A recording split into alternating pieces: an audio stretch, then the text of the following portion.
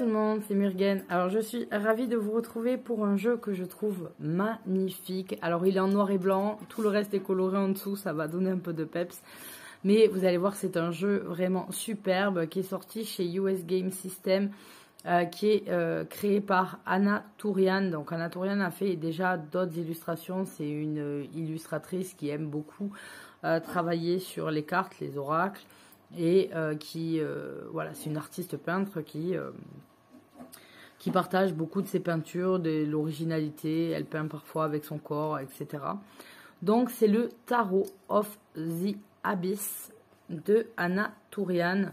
Donc on trouve une boîte en dur comme ça, donc que j'ai commandé moi chez les tarots de Cornelius, qui me l'a envoyé très rapidement avec un très gentil mot. Bien empaqueté, etc. Donc j'ai été ravie de passer par sa boutique et de l'expérience que j'en ai reçue avec lui. Donc voilà, vous avez une boîte qui est en noir et blanc, tout comme le tarot qu'on va avoir à l'intérieur. Donc on a une boîte cloche, hop, tac. On a le bord de la boîte comme ça, un petit peu quadrillé. Elle est sympa. Un gros guidebook quand même pour la taille de la boîte. Et les cartes qui sont dedans, l'intérieur de la boîte est noir, sans intérêt particulier. Donc je vais la mettre de côté, hop, voilà, ici. Et on va regarder de ce pas le guidebook qui est en noir et blanc. Et il a combien de pages, ce petit guidebook? 150, je pense, un truc comme ça. Presque. Presque. Donc, j'ai un petit peu regardé ce matin où en fait, on va ici expliquer comment est né le tarot des abysses. Il est né pour en fait venir sortir le sombre de l'intérieur vers le lumineux de l'extérieur. Il est dans un travail, bien sûr, on peut travailler le shadow work avec. On a beaucoup de choses à faire. Donc là, bon, bien sûr, il est en anglais. Donc, désolé pour ceux qui n'aiment pas. Mais vous avez ici toute l'explication de la construction de ce jeu, de la création de ce jeu. On vous explique les suites. On vous explique beaucoup de choses. On vous explique les quarts de cours. Vous avez pas mal de choses expliquées dedans, ce que je trouve pas mal. Alors maintenant, vous allez voir que souvent dans les livres, les guidebooks, on va avoir les exemples de tirages qui se retrouvent à la fin. Ce qui est le cas aussi ici. Donc on a un tirage en 6 cartes qui est proposé. Et un tirage en 10, si je ne dis pas de bêtises, en 13. Voilà, le tirage des abysses qui est plutôt pas mal. Et je pense le faire bientôt. Les arcanes majeures, j'allais dire les majeurs arcanes, n'importe quoi. Les arcanes majeures sont expliquées ici, tout simplement. Et vous allez avoir la même chose pour les arcanes mineurs en anglais. Donc, vous êtes sur un modèle Rider-Waite. Vous avez votre petit livre fétiche sur le tarot. Très bien, pas la peine d'en prendre un autre.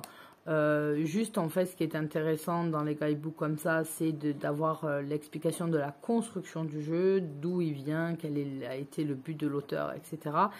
Mais après, moi je vous conseille de vous référer directement à votre petit livre fétiche. Moi, c'est ce que je fais en tout cas pour vos tirages, beaucoup moins de prise de tête. Alors, on va regarder les cartes parce que les cartes, elles sont juste magnifiques. Donc, vous allez voir qu'il y en a 81.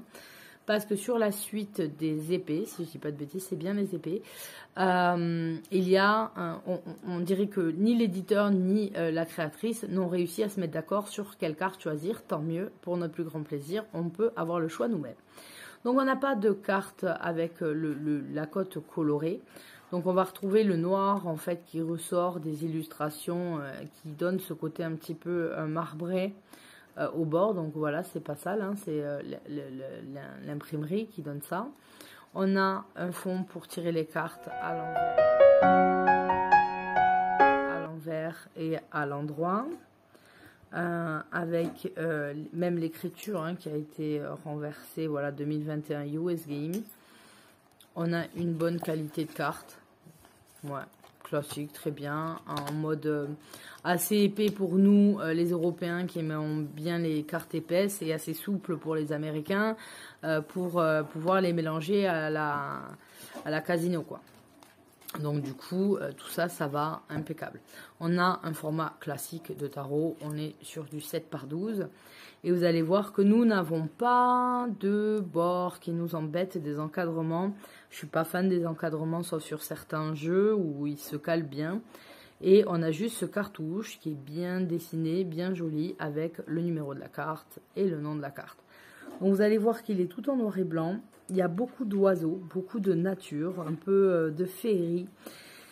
Et même en étant en noir et blanc, je trouve en fait ce jeu qui, par ses illustrations, nous donne beaucoup de choses, beaucoup de coloration par, je sais pas comment vous expliquer, par les illustrations. C'est comme quand vous lisez le livre Le Parfum, vous avez l'impression de sentir les odeurs limite, tellement c'est bien fait. Et là, on ressent presque la coloration par les illustrations.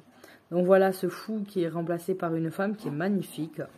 Et vous allez voir qu'on vient un peu mettre à mal les codes qu'on a l'habitude de voir dans le tarot. On a le magicien qui se retrouve en fait avec un arbre qui est bien ancré avec ses racines là. La grande prêtresse où on va retrouver la lune, on va retrouver les clés, on retrouve certaines informations. L'impératrice dans ce jardin de fleurs avec son ventre de femme enceinte. L'empereur, lui, est repérable directement avec ce côté bélier qu'on retrouve chez l'empereur. Là, il n'y a pas photo. J'adore cette vision-là du pape, avec en fait ce grand chef indien ou chaman qui vient un petit peu discuter, présenter son savoir à ses disciples à côté. Je trouve ça génial. Les amoureux présentés par 2 troncs d'arbres qui se câlinent. Le chariot avec ses oies sauvages qui sont chevauchés. Moi, je le trouve très très beau. Il est poétique, il est féerique. Regardez-moi cette force. Elle n'est pas trop belle? Magnifique. L'ermite par cette grand-mère en fait qui... on dirait qu'elle tient un bâton, mais en fait c'est un serpent. Voilà. La roue de fortune. On a beaucoup aussi de cultures différentes qui sont présentées. La justice. Alors, le pendu, en fait, c'est tout simplement une image qui est faite, qui est mise à l'envers. Donc, je la mets pour que vous voyez la beauté des illustrations quand même. Et voilà l'image à l'envers, ce qui correspond tout simplement à la façon dont le pendu voit les choses. Donc, pourquoi pas. En fait, on devient le pendu quand on regarde cette carte, puisqu'on voit ce que lui, il voit à l'envers. Je trouve ça pas mal. La mort qui est magnifique. C'est superbe. Vraiment, je suis tombée amoureuse quand j'ai découvert. Je regrette vraiment pas. Il est vraiment très, très, très, très beau. Regardez-moi cette tour. Une étoile. Le monde. La lune. Oh là là. Le soleil. Le jugement. Et le monde. Avec cet ouroboros en forme d'infini, le regard et ce bébé qui est encore en mode fœtus. On passe donc ensuite à la suite des épées. Et là aussi, ça va changer. Regardez vraiment ces dessins comme ils sont beaux. On a le 3 d'épée, donc il y en a 2. À vous de choisir celui que vous préférez, qui vous fait le plus ressentir la sensation du 3 d'épée. On a le 4.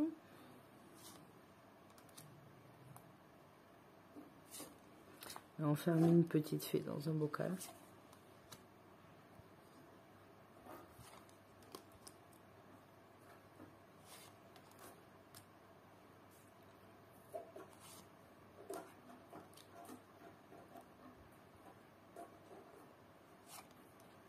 La tourmente. Et là, c'est le 10, voilà. Où là aussi, c'est à vous de choisir. Voilà, c'est dans la suite des épées qu'on a un double carte. Et c'est à vous de voir. Le valet. Regardez-moi ça comme c'est beau. Vraiment magnifique.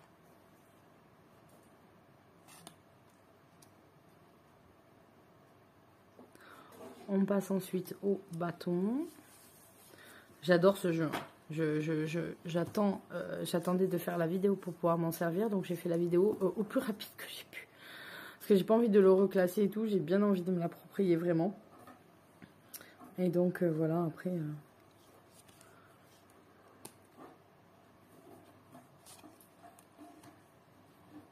je trouve vraiment très très beau.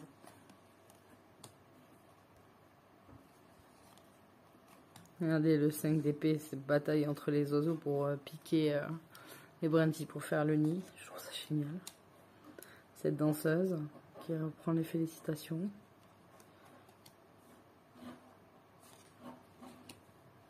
Vol d'oies sauvage encore, vous voyez, on voit beaucoup d'oiseaux. Beaucoup d'oiseaux. Le fardeau.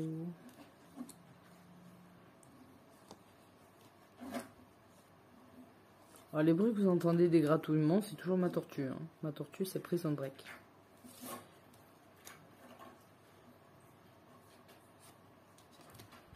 On passe aux coupes. On a des vouivres. Et je trouve ça très joli aussi, les célébrations. En fait, les trois... on retrouve les trois formes de la lune, puisque ici on en a une autre. Je trouve ça joli d'avoir plusieurs générations comme ça, c'est vraiment très très beau.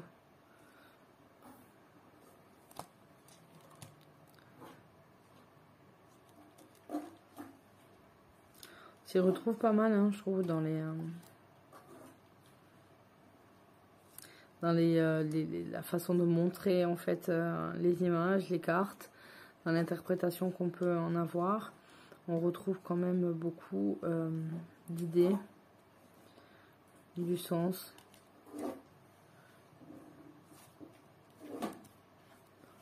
Wally, calme-toi.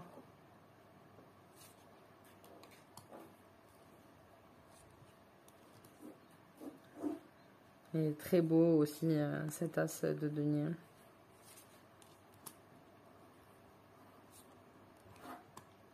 Regardez-moi ça. J'aime bien les mains. Je trouve que la façon dont elle les fait, c'est très beau. C'est très dur à faire des mains en dessin.